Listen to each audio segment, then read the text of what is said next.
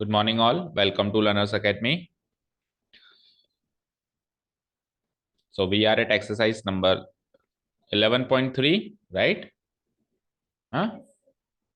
11.3. 11.3 of your 3D coordinate geometry. And उसका भी हमारा कौन सा सेक्शन चल रहा है? प्लेन का सेक्शन चल रहा है. Exercise 11.3 is all about plane, right? और part two, right? Part one में हमने क्या डिस्कस किया? जैसा कि मैंने हमेशा कहता हूं कि हमेशा अपने को कैप्चर करके चलना चाहिए कि हमने क्या कर दिया. चाहे से चार चीजें कम पढ़ लो, कोई बात नहीं है, लेकिन जो चीज पढ़ो ढंग से पढ़ो. तो हमने क्या क्या कर दिया? हमने पार्ट वन में 5 क्वेश्चंस कर लिए. उन 5 क्वेश्चंस में हमने क्या क्या कर लिया वो भी सोचना जरूरी है. हम उन 5 क्वेश्चन में हमने दो तरह की इक्वेशन ऑफ प्लेन को एक्सप्लोर किया. पहली नॉर्मल फॉर्म, आप नहीं आए थे कल, देख ली वीडियो? हाँ, नॉर्मल फॉर्म. और दूसरी कौन सी? एक पॉइंट से पास होने वाली और नॉर्मल वेक्टर गिवन हो. ठीक है. ये दो फॉर्म्स हमने देख ली. तो आज ऑब्वियसली तीसरी फॉर्म के क्वेश्चन को देगा, क्योंकि जैसा कि मैंने कहा कि एक्सरसाइज डायरेक्ट एक्सरसाइज है, इसमें डायरेक्ट फॉर्मूलाज अगर याद है तो ये एक्सरसाइज कोई भी सॉल्व कर सकता है ना. ठीक है. तो क्वेश्चन नंबर 6 से हम देखें, और साफ साफ मुझे 3 पॉइंट्स दिखाई दे रहे हैं. तो ये तीसरी फॉर्म हो गई इक्वेशन ऑफ प्लेन की.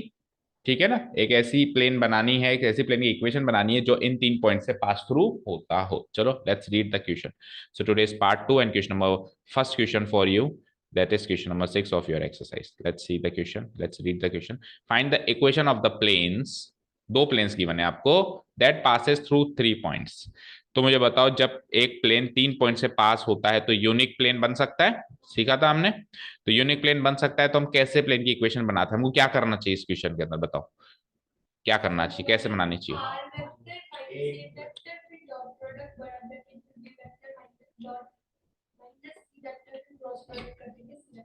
ठीक है.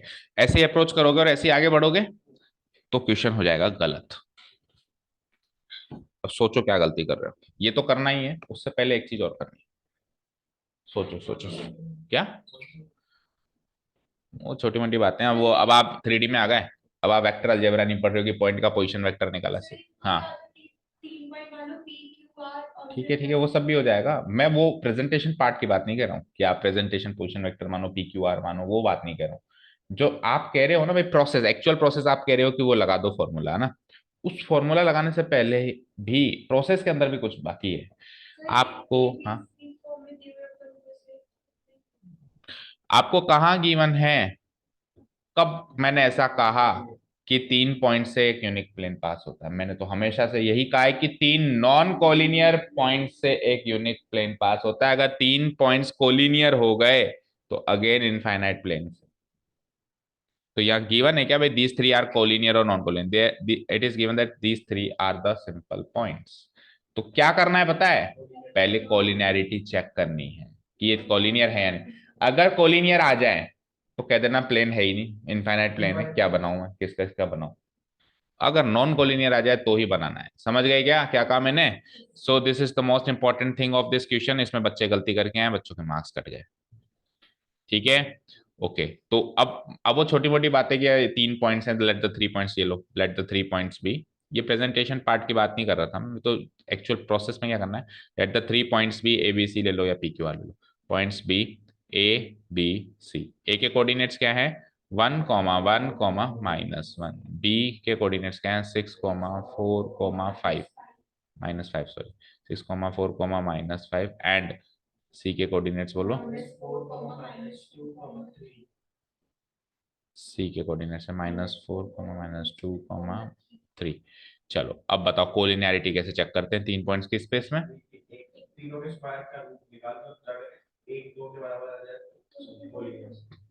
वो तो बहुत लंबा प्रोसेस पे आ गया. अब डिस्टेंस फॉर्मूला पे ही बैठे हो, उसके बाद तो और भी हमने तरीके देख लिए.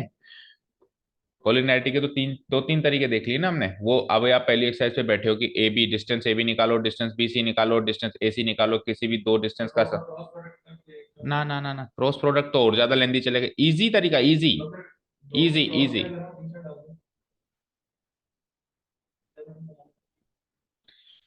Vector A B and vector B C निकालो. अगर इसके डायरेक्शन रेशियोज प्रोपोर्शनल हैं, a1/a2 = b1/b2 = c1/c2 some non zero scalar lambda है, तो ये पॉइंट्स कोलिनियर हैं, क्योंकि वो वेक्टर भी कोलिनियर हो जाएंगे. और अगर नहीं है तो नहीं है. ठीक है. Okay, so now vector A B निकालूं पहले मैं, और ऐसे मेरे को ए बी और बी सी दो ही वेक्टर निकालने पड़ रहे हैं। वेक्टर ज्वाइनिंग 2 पॉइंट से निकालो भैया। 6 - 1 यानी कि 5 आई कैप, 4 - 1 यानी कि 3 जे कैप, एंड -5 -1 यानी -5 + 1 यानी कि -4 के कैप। चलो वेक्टर बी सी निकालो। भला एक पॉइंट कॉमन मानो इसमें से, या तो ए मान लो या बी मान लो या सी मानो। मैंने बी मान लिया, तो अब अगला वेक्टर क्या निकालूंगा मैं? Vector B C. Vector B C, तो वेक्टर बी सी कैसे निकलेगा भाई? -4 -6 -10 आई कैप, -2 -4 -6 जे कैप, एंड 3 -5 8 के। चेक करो प्रोपोर्शनल है या नहीं है ना। तो मैं लिख दूंगा यहाँ पे here, here 5 divided by -10 equal to 3 divided by -6 equal to -4 divided by, all are equal to -1, all are equal to -1/2, which is a non-zero scalar, which is a non-zero scalar. So we can say that vector AB and vector BC are collinear, are collinear, और vector A B और vector B सी अगर collinear हैं और B point दोनों में common है, तो से इंप्लाई होता है कि points A B C are also collinear. Points A B and C are, ये इजीएस्ट तरीका है कोलिनियरिटी ऑफ 3 पॉइंट्स चेक करने का। ठीक है, आप वाला तरीका भी सही है, लेकिन अनटिल अनलेस वो आपको पाबंद नहीं करता कि डिस्टेंस फॉर्मूला से निकालो या किसी क्रॉस प्रोडक्ट या डॉट प्रोडक्ट की मदद से निकालो, तो हम क्यों उस लेंथी तरीके में जाएं। तो क्या लिखोगे? hence we can conclude that, इसका आंसर देखो।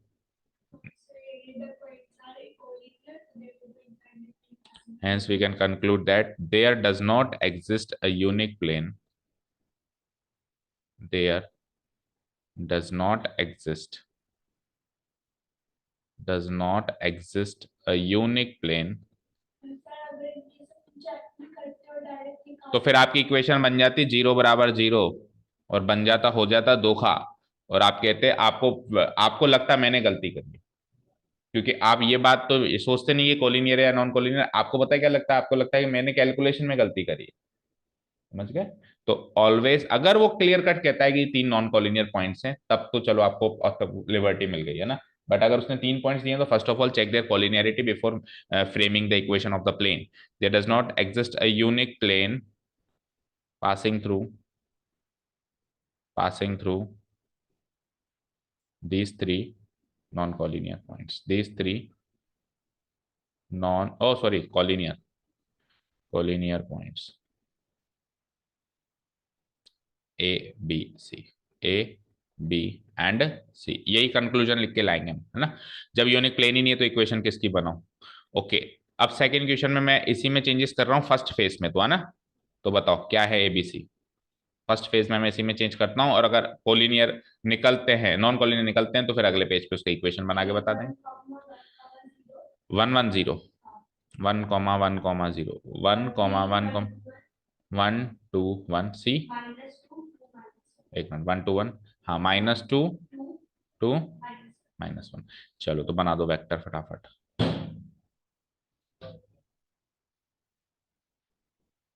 ठीक है, देखते हैं क्या वेक्टर बनता है हमारा।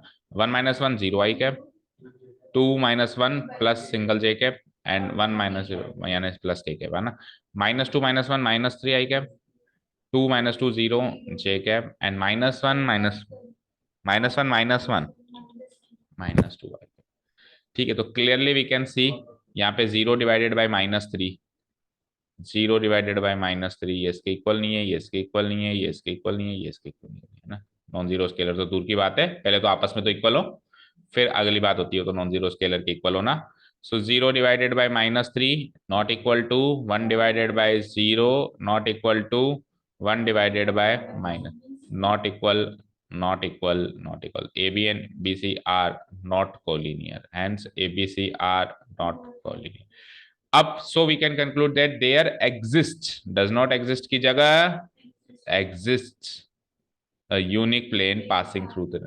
अब इस यूनिक प्लेन की इक्वेशन निकालते हैं, है ना। अब इन तो ये पहला फेज होगा हमेशा, है ना। सेकंड फेज पे चले अब अपन। सेकेंड फेज पे हमको 3 पॉइंट्स गिवन है ये वाले, इसकी मुझे इक्वेशन, इस प्लेन की पास थ्रू होने वाली इक्वेशन चाहिए। ठीक है, तो वेक्टर इक्वेशन अगर मैं निकालूं तो तरीका है वेक्टर आर माइनस वेक्टर ए।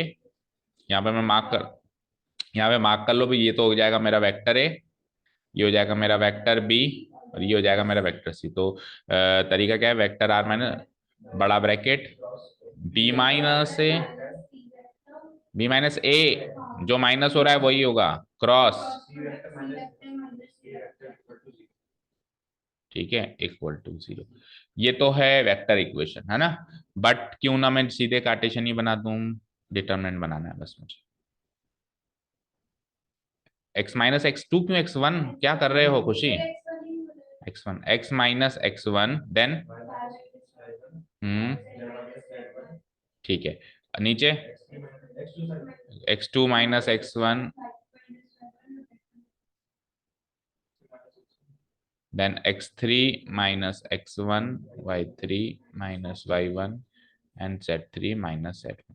ठीक है ना, लिख दूंगा here equation of the plane passing through, here the equation of the plane. तो क्वार्टेशन ही निकालेंगे ना, कुछ कुछ चीजों का पैटर्न याद रखो भाई। इसमें जैसे नॉर्मल फॉर्म में हम जनरली एन कैप वाली वेक्टर निकालते हैं, वेक्टर फॉर्म निकालते हैं ना, और 3 पॉइंट्स जब कॉलिनियर, ये 3 नॉन कॉलिनियर पॉइंट्स में हम जनरली क्या निकालते हैं, कार्टेशियन इक्वेशन निकाल। अब उसने स्पेशली मांग करी है कि नहीं वेक्टर निकालो, या स्पेशली मांग करी काटे, तो फिर उसकी बात मानिए, अदरवाइज जो जनरल हम काम करते हैं वही हमको काम करना है। The equation of plane passing through 3 non collinear points is given by 3 non collinear points is given by this formula। ठीक है, फॉर्मूला है आपके सामने, चलो पुट द वैल्यूज।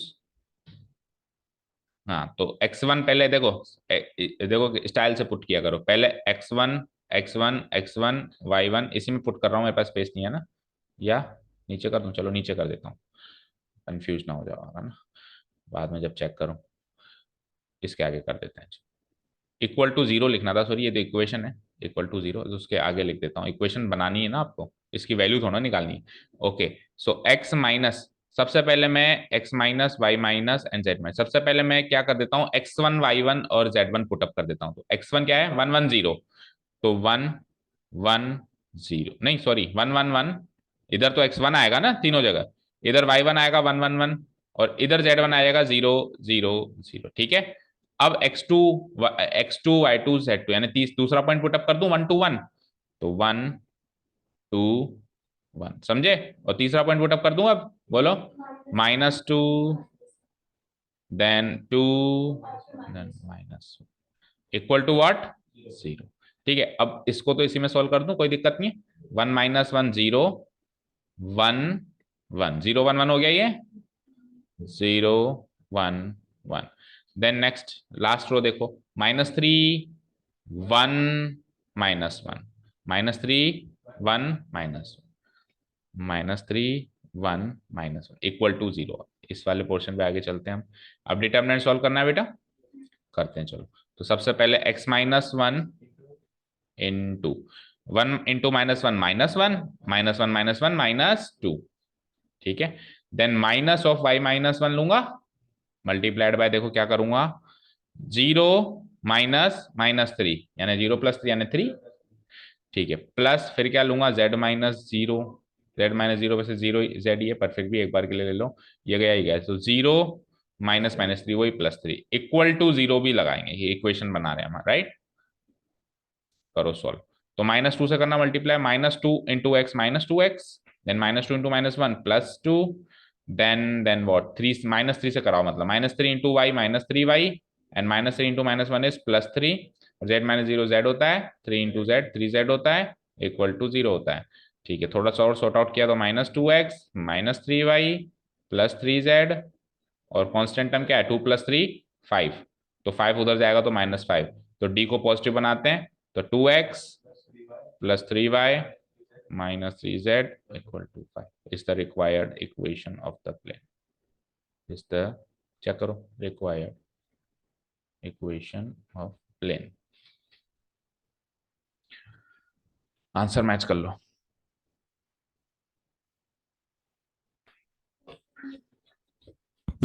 तो कार्टेशियन गिवन है या vector?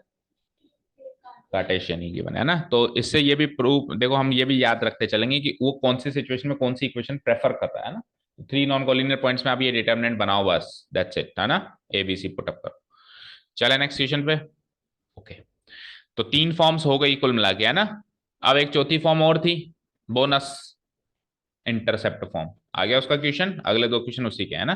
Find the intercepts cut off by the plane this this this this this. अच्छा, इक्वेशन गिवन है, मैंने आपको बताया था कि इंटरसेप्ट फॉर्म में इक्वेशन बनवाएगा नहीं, इक्वेशन देगा, और इंटरसेप्ट फॉर्म्स में कन्वर्ट करा के कुछ और जानकारी निकलवाएगा। इक्वेशन बनाने के लिए तो तीन ही केसेस है ना।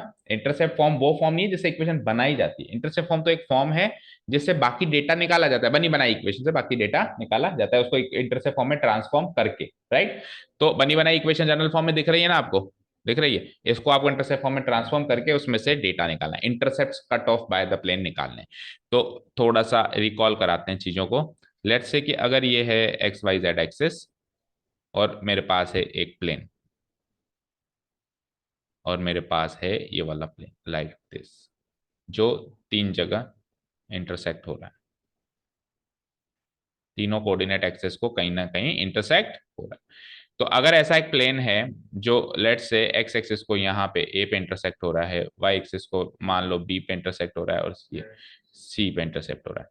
तो अगर अगर ये एक्स एक्सिस को ए पे इंटरसेप्ट हो रहा है, तो ओरिजिन से इसकी जो दूरी होगी उसको कहेंगे एक्स इंटरसेप्ट।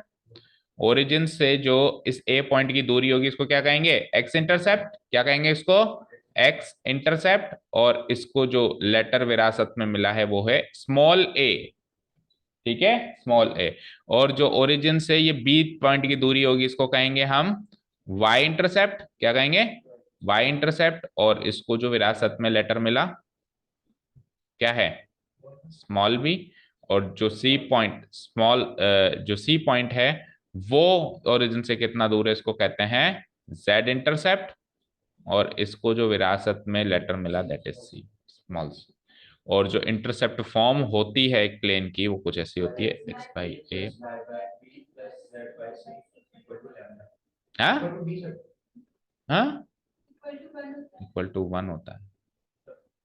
डी तो इस एबीसी से निकलेगा ना, ये एबीसी कॉन्स्टेंट्स होंगे ना, वही तो डी, उसमें से तो डी बन के, डी में से ही तो कुछ एबीसी बन के आया है। डी तो होता ही नहीं है, जनरल इक्वेशन में होता है डी बस। ठीक है, so this is the required equation. अब आपसे पूछ लिया कि इक्वेशन तो मैं दे रहा हूं, ले मजे कर ले। मुझे तो ये बता दे एक्स कितनी दूरी पे काट रहा है, यानी ए, ये ए पॉइंट के कोऑर्डिनेट्स मांग रहा है, ऐसे एक तरीके से बी के और सी के कोऑर्डिनेट्स नहीं मांग रहा है, मतलब दूरी मांग रहा है, कितनी दूर कितनी दूर, स्मॉल ए small B small C. Simple सी बात है, आपसे ये पूछा जा रहा है कि find the values of small A, intercept जो काटे हैं प्लेन ने वो निकालो। तो इंटरसेप्ट कौन से होते हैं? ए बी सी, यही तो होते हैं ए बी सी की वैल्यू आपसे पूछता है, इक्वेशन उसने खुद ने दे दी। अच्छा, हालांकि इक्वेशन ऐसा बन सकता है कि इंटरसेप्ट खुद दे दे और इक्वेशन बनवा ले। तो इक्वेशन इंटरसेप्ट खुद दे दे तो एबीसी पुटअप कर देना। जैसे एक्स इंटरसेप्ट 3 दे दिया तो एक ही जगह 3, वाई इंटरसेप्ट 7 दे दिया 7, जेड इंटरसेप्ट -3, फिर इसको सॉल्व करके जनरल इक्वेशन ऐसी बना लेना, हो जाएगा ना। बट ऐसा क्वेश्चन आने के चांसेस कम है, क्योंकि ये काम 11th में करवा चुका है यार, वो लाइन की इक्वेशन इंटरसेप्ट फॉर्म बनवा के और फिर उसे जनरल इक्वेशन ऑफ लाइन में कन्वर्ट करवा चुका है। तो इस साल वो उल्टा काम करेगा, इक्वेशन देकर आपसे कुछ काम करवाएगा, ठीक है। So equation of plane given एक बार लिख देता हूँ। Here equation of plane is given in its general form. Plane is given as what? 2x plus y minus z equal to 5. This is the given equation. So इसको इस form में convert करने के लिए बताओ मुझे क्या करना चाहिए, क्या करना चाहिए, मैं प्रोसेस बताओ।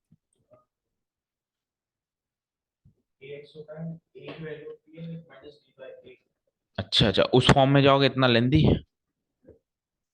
That's the lengthy process. वो तो एक तरीके से डायरेक्ट फॉर्मूला था, मानता हूं मैं बात कि ए की वैल्यू ये होती है, बी की वैल्यू वो होती है, but come out with simpler solution than this, जो आप हमेशा याद रख सको। इस सबको 5 से डिवाइड कर दो, दैट्स इट। सबको 5 से डिवाइड कर दो ना, आरएचएस 1 बनाओ ना, आप तो शक्ल मैच करो ना यार, सिंपल सा प्रोसेस याद करो, ठीक है।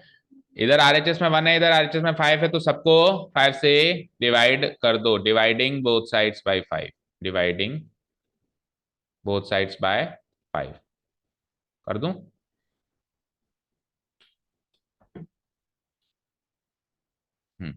Now dividing both sides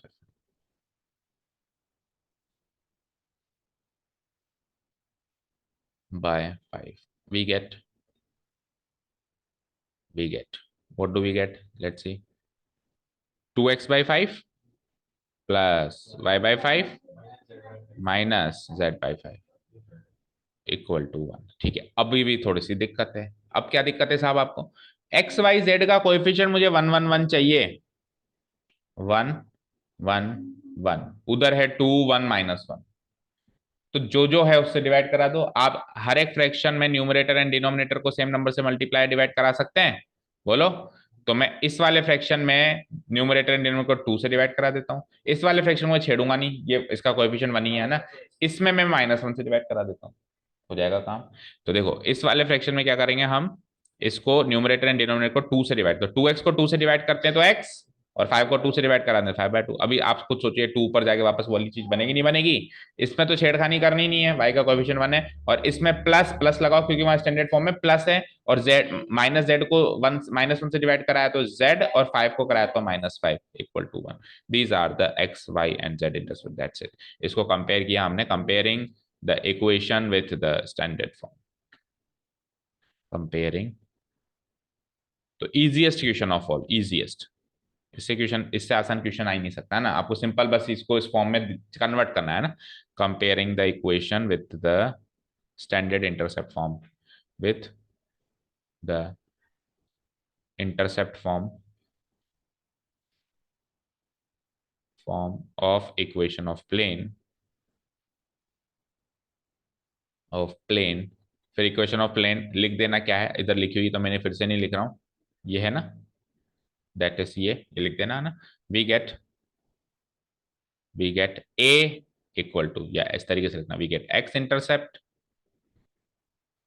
B intercept, नींद में आज बहुत ज्यादा, X intercept A equal to 5/2, Y intercept, इतना नींद में क्यों रहते हो आजकल आप? सोते कम हो, बोलो। देखो सोओगे कम, पढ़ाई बहुत ज्यादा करोगे तो वैसे भी रिजल्ट नहीं आना, ये तो मार्क कर लो मेरे words. Z intercept equal to C equal to -5, ठीक है, this are answer, please match answer. ठीक है, क्लियर है, ओके। चले एक क्वेश्चन और करते हैं आज, फिर तो टाइम हो ही गया है, बाकी कल करेंगे। हम्म क्वेश्चन नंबर 8। अब इक्वेशन बनानी है, इंटरसेप्ट दे दिया, तो इतना आसान नहीं देगा। अगर इक्वेशन बना रहा है इंटरसेप्ट दे रहा है तो इतना आसान नहीं देगा कि एक्स इंटरसेप्ट 3 है, वाई इंटरसेप्ट 7 है और ये 6 इंटर, ऐसे ऐसे नहीं देगा ना, थोड़ा तो मुश्किल करेगा। थोड़ा क्या मुश्किल करा उसने, इंटरसेप्ट वाई एक्सिस का दे दिया, यानी बी की वैल्यू तो दे दी 3, ए की वैल्यू नहीं दी, सी की वैल्यू भी नहीं दी, और एक इंफॉर्मेशन और दे दी कि अब जो आप प्लेन बना रहे हो वो एक्स जेड प्लेन से पैरेलल है। एक्स एक्स जेडो एक्स, हाँ जेडो एक्स और एक्स जेड एक्स एक ही बात है, तीन कोऑर्डिनेट प्लेन्स होते हैं, एक होता है एक्स ओ वाई या सिंपली एक्स वाई, एक होता है वाई ओ जेड या फिर सिंपली वाई जेड, और तीसरा होता है जेड ओ एक्स या सिंपली जेड एक्स या एक्स जेड भी बोल दो, क्या फर्क पड़ता है ना, एक्स वाई को वाई एक्स प्लेन भी तो बोल सकते हैं। तीन कोड, जैसे मान लो इस रूम में मैं इसको सामने वाली लाइन को एक्स एक्सिस मान लूं, इसको वाई एक्सिस मान लूं और ये हाइट को जेड एक्सिस मान लूं, तो तीन प्लेन्स कौन से बने, एक्स वाई प्लेन बना फ्लोर, वाई जेड प्लेन बना ये, नहीं एक्स जेड वो बना, एक्स वो है ना, X Y Z Y, X Z plane बना सामने वाली दीवार, एक्स वाई बना फ्लोर, और वाई जेड बना ये 1 2 ये तीन मेरे कोऑर्डिनेट प्लेन्स हो जाएंगे। अब आपको जेडो एक्स, अब आप इस रूम को कंसिडर करो, जेडो एक्स कहाँ है, सामने वाली दीवार आई, तो सामने वाली दीवार से पैरेलल एक प्लेन है, मतलब इसके पैरेलल एक दीवार और खड़ी हो गई, इसे मानो ना, उस दीवार की इक्वेशन चाहिए आपको। अब आप खुद सोचो, इसके पैरेलल में दीवार खड़ी करूंगा तो वो सामने वाले प्लेन को तो कभी टकराएगी नहीं, यही तो है, पैरेलल होने का मतलब है कि वो सामने वाले दीवार को कभी टकराएगी नहीं, समझ गए? तो क्या होगा, वो जो दीवार, चलो उसको छोड़ो, आप उसको छोड़ो, आप तो सामने वाली दीवार को पकड़ो, पकड़ लिया, इस सामने वाले दीवार पर मैं कहीं पर भी जाके कोई पॉइंट मार्क कर दूं तो उस पॉइंट के कोऑर्डिनेट्स क्या होंगे? क्या? सामने वाली दीवार पे मैंने एक्स जीरो और क्या कहा आपने? एक्स जेड ओ एक्स है वो बेटा, जेड ओ एक्स है। कुछ भी होंगे और वाई जीरो होगा। एक्स जीरो जेड जीरो नहीं, एक्स और जेड तो कुछ होंगे। अच्छा, एक्स कोऑर्डिनेट्स की स्ट्रक्चर बता रहे हो, X comma zero comma Z. Yes, X O Z plane पे क्या होंगे? X comma zero comma Z. ये हमको, अच्छा चलो ठीक है, ये तो आपने किसी भी पॉइंट पे लाए होने वाले कोऑर्डिनेट्स बता दिए। अब इक्वेशन बताओ, जेड एक्स प्लेन की इक्वेशन सोचो। सामने वाली दीवार की इक्वेशन क्या होगी? प्लेन की इक्वेशन बोल रहे हो? प्लेन की इक्वेशन कैसे होती है? X plus b y plus c Z equal to d, है ना? इसमें ऐसी इक्वेशन सोचो सामने वाली प्लेन की। ए एक्स प्लस क्या कहा आपने? Zero. A X plus zero plus आगे C Z equal to, A B C क्या होते हैं? एबीसी का पॉइंट्स होते हैं क्या? तो फिर direction ratios of its perpendicular vector, इसके परपेंडिकुलर वेक्टर के डायरेक्शन रेशियोज होते हैं। इसका परपेंडिकुलर वेक्टर है ये एक्सिस, ये एक्स एक्सिस जेड एक्सिस थी, तो ये वाई एक्सिस है ना, इसकी नॉर्मल वेक्टर है। तो इस वाई एक्सिस के डायरेक्शन रेशियो सोचने हैं, ठीक है? इस प्लेन की इक्वेशन होगी, सोचो। हम्म हम्म हम्म देखो, इस प्लेन की इक्वेशन वो होगी, थ्री कहां से आया? मैं उस प्लेन की कह रहा हूँ, थ्री फोर फाइव तो कहीं है ही नहीं। उस जो इमेजिनरी दीवार है, उसकी तो बात ही नहीं कर रहा, उसकी तो बाद में आएंगे। पहले आप कोऑर्डिनेट प्लेन्स की इक्वेशन तो बनाना सीखो। एक्स जेड प्लेन की इक्वेशन क्या है? आधे नंबर का क्वेश्चन आता है तो केवल एक्स वाई प्लेन की इक्वेशन बताओ, वाई जेड प्लेन की इक्वेशन बताओ और एक्स जेड प्लेन की इक्वेशन बताओ। इन तीन की बनाओगे तो उनके पैरेलल प्लेन की इक्वेशन सोच पाओगे ना। तो आप तो सब सोचो, इक्वेशन का मतलब क्या होता है? इक्वेशन का मतलब ये होता है उस प्लेन पे लाए होने वाले हर एक पॉइंट को जो सेटिस्फाई करे। तो उस प्लेन पर जो भी पॉइंट लाया कर रहा है, उस दीवार पे जो भी पॉइंट लाया कर रहा है ना, उस पॉइंट के कोऑर्डिनेट्स आपने क्या कहे? एक्स कुछ भी हो सकता है, वाई जीरो होगा ही सही, और जेड कुछ भी हो। तो एक्स और जेड तो कुछ भी हो सकता है ना। कंफर्म चीज क्या मिली? कि वाई जीरो है, so Y equal to zero is the equation of this plane. इस पॉइंट पे लाए होने वाले हर एक प्लेन का वाई कोऑर्डिनेट जीरो होगा, so Y equal to zero is the equation of this plane. इस प्लेन की इक्वेशन बोलो। इसमें वाई क्यों? ये एक्स जेड है, नहीं वाई और जेड है, तो एक्स इक्वल टू जीरो। इसमें एक्स, और इस फ्लोर की जेड इक्वल टू जीरो, क्योंकि इसमें एक्स वाई तो कुछ भी हो सकता है, लेकिन जेड तो जीरो होगा ही होगा। ठीक है? तो क्या समझे कि जिस प्लेन की हम इक्वेशन निकाल रहे हैं तो उसमें जो लेटर मिसिंग है that is equal to zero, इस ही उसकी इक्वेशन होती है। जैसे एक्स जेड प्लेन में y equal to zero, x y plane में जेड इक्वल टू जीरो, और वाई जेड प्लेन में x equal to zero. Clear है अभी? ठीक है। तो थोड़ा कंफ्यूजन तो है ही सही, कुछ भी कह लो, तो इसलिए एक काम करते हैं, एक कोऑर्डिनेट स्पेस बनाते हैं, कार्टेशियन स्पेस।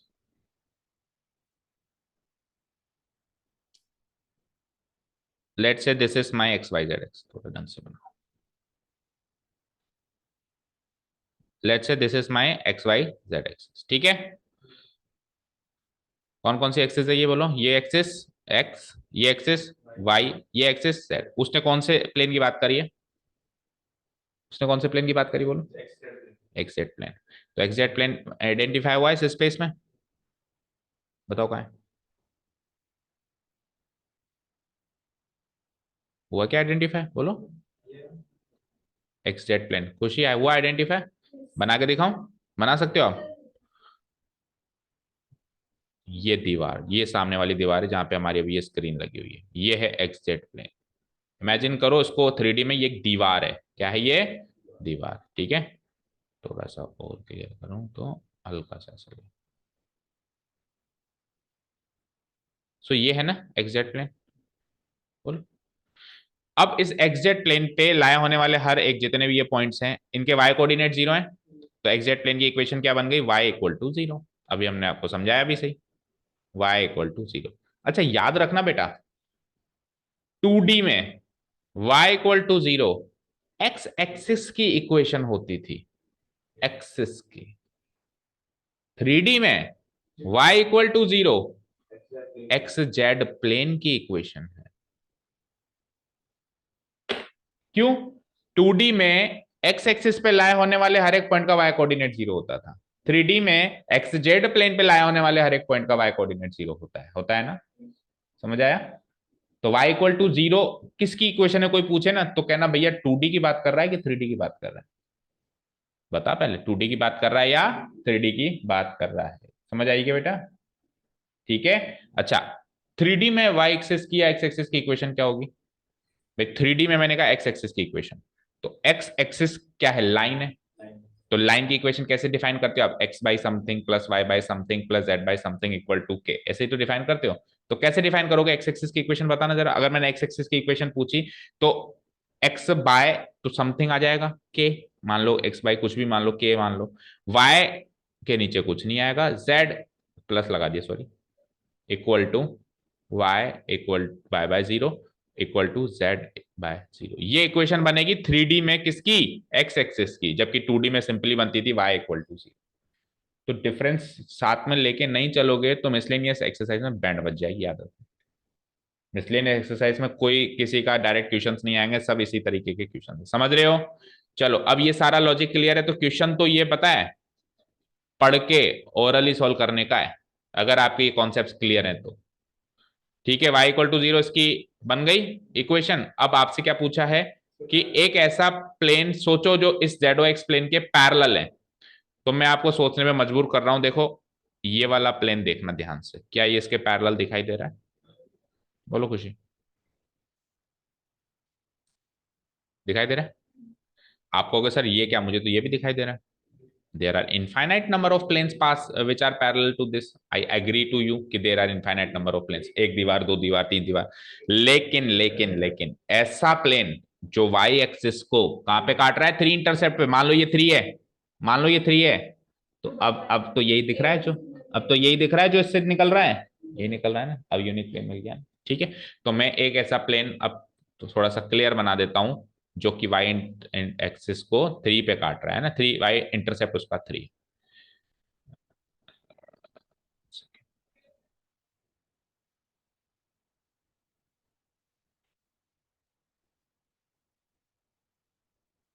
ठीक है, तो लेट से अगर y इक्वल टू वाई की वैल्यू 3 यहाँ पे आती है, कहाँ पे? थोड़ा सा दूर बनाता हूँ ताकि थोड़ा डिफ्रेंशिएट हो। लेट से ये y इक्वल टू 3 है। ठीक है, तो अब इससे गुजरता हुआ और इससे पैरेलल प्लेन आपको बनाना है, ये आपका टास्क है ना। इससे गुजरता हुआ और इससे पैरेलल प्लेन बना दूं? कैसे बनेगा? ऐसे करो इमेजिन, ऐसे थोड़ा सा नीचे बनाओ। ठीक है, देन ऐसे, राइट, देन देन व्हाट? ऐसे कैसे बनेगा बताओ? ऐसे, देन ऐसे। ये दीवार इसकी दीवार के पैरेलल दिखाई दे रही है। ठीक है ना, लेट से ये वाली दीवार है तो उसकी दीवार एक और खड़ी कर दी, तो वो जो रेड मार्क है वो तो सामने वाली दीवार है, और ये इसके पैरेलल दीवार। एक तरीके से थोड़ी सी क्लियर नहीं बन पाई, थोड़ा जल्दी में भी, क्लास का टाइम हो गया। ठीक है ना, तो ये जो ग्रीन वाली दीवार है, इस दीवार की इक्वेशन चाहिए आपको, इस प्लेन की इक्वेशन चाहिए। समझ में आया? कैसे निकालूंगा? सुनो, आपको पता है कि अगर दो प्लेन्स पैरेलल हैं तो उन दोनों के नॉर्मल वेक्टर सेम होंगे। और मुझे बताओ, अगर इसका y इंटरसेप्ट 3 है तो ये पॉइंट के कोऑर्डिनेट्स क्या हो जाएंगे? 0,3,0, 0,3,0। तो एक पॉइंट मिल गया आपको प्लेन से पास होता हुआ, एक पॉइंट मिल गया प्लेन से पास होता हुआ। अब एक पॉइंट मिल जाए तो नॉर्मल वेक्टर चाहिए, उसका चुरा लो, उसके पैरेलल है ना वो। अब कोई कहे एक्स जेड प्लेन का नॉर्मल वेक्टर क्या होता है? बताओ क्या होता है normal vector? Normal vector something I cap, something J cap, something के कैप। क्या होगा सामने वाली प्लेन का? फिर से बोलो, 0 i कैप। 3 कहां से आया? सामने वाली दीवार का कह रहा हूं।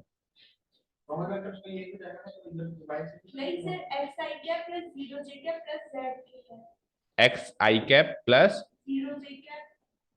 उल्टा बोल गए। अरे इसके सामने वाला वेक्टर तो ये एक्सिस है ना, तो इस एक्सिस में तो y है केवल, x और z तो है ही नहीं ना। 0 i cap y j cap 0 k है ना। ठीक है ना, आर वेक्टर इक्वल टू इस तरीके से आएगा। ठीक है ना, तो ऐसे मान लो ना, देखो आप मेरी बात सुनो, आपको नॉर्मल वेक्टर इक्वेशन से निकालना नहीं आता क्या? नहीं आता? इस equation of z x plane बोलो मुझे, तो ये बताओ आप।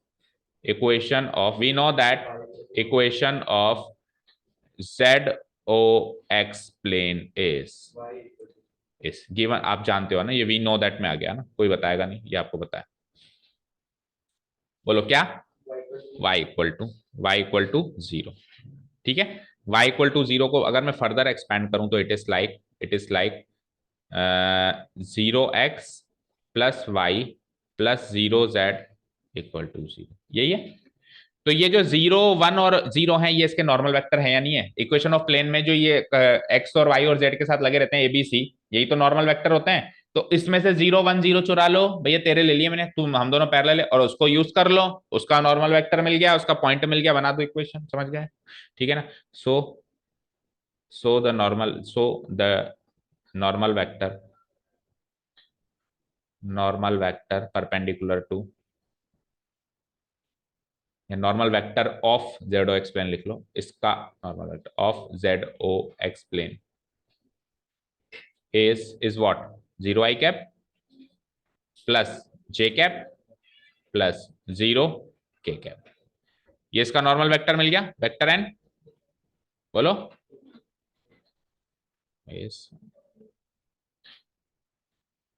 ठीक है ना? अब also it is given that the plane passes the y intercept 3 है ना, also y intercept of the requirement जो हमको प्लेन चाहिए ना, उसका y intercept, also y intercept of the required plane is given as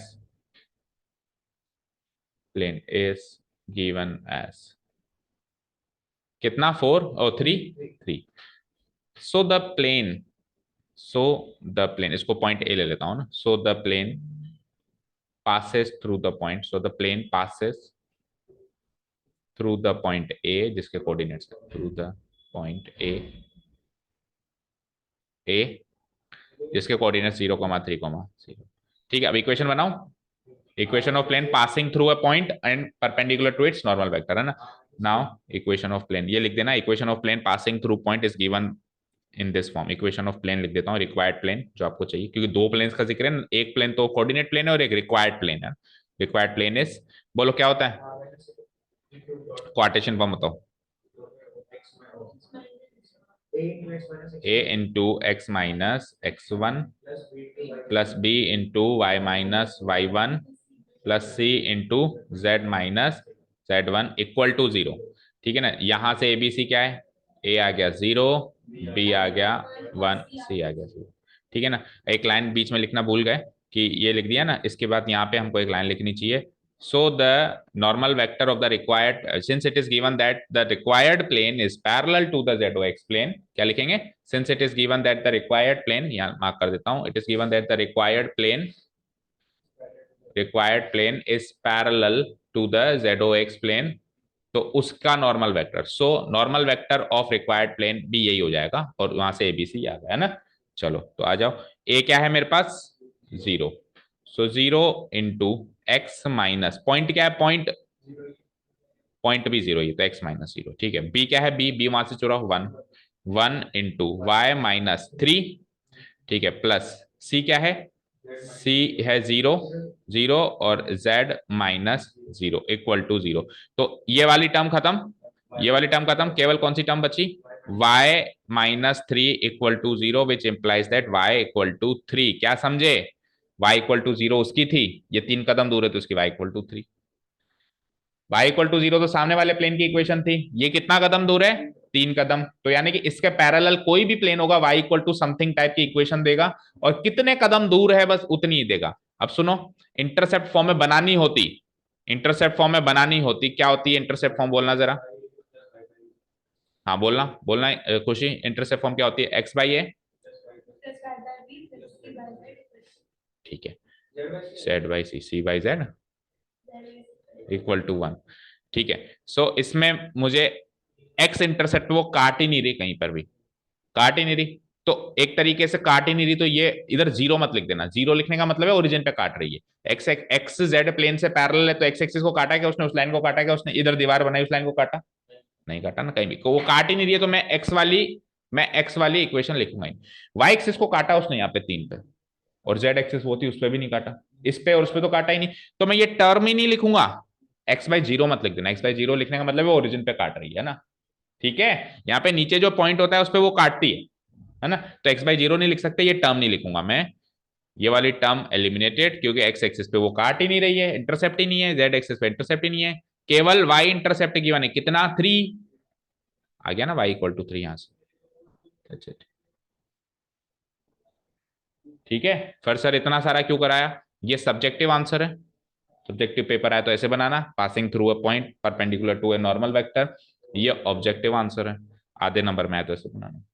अब एक क्वेश्चन और, find the equation of a plane parallel to x y plane and cutting the z inter and its z intercept is 7, z equal to 7, क्योंकि x y plane है तो x y plane की equation होती है Z बराबर 0, और Z axis को वो 7 पे काट रही है, तो इससे ऊपर एक फ्लोर और कंसिडर कर लो, जेड इक्वल टू 7 या जेड बाई 7 इक्वल टू 1, ठीक है डन। चलिए तो ये इंटरसेप्ट फॉर्म कवर हुई बेटा, तो सारी फॉर्म्स कवर हो गई, अब एक्स्ट्रा चीजें कल से शुरू हो जाएंगी, angle, shortest distance, equation of the plane passing through the intersection of two planes, ये सारी चीजें चलिए कल देखेंगे। Thank you so much for listening to us, have a nice day, keep learning.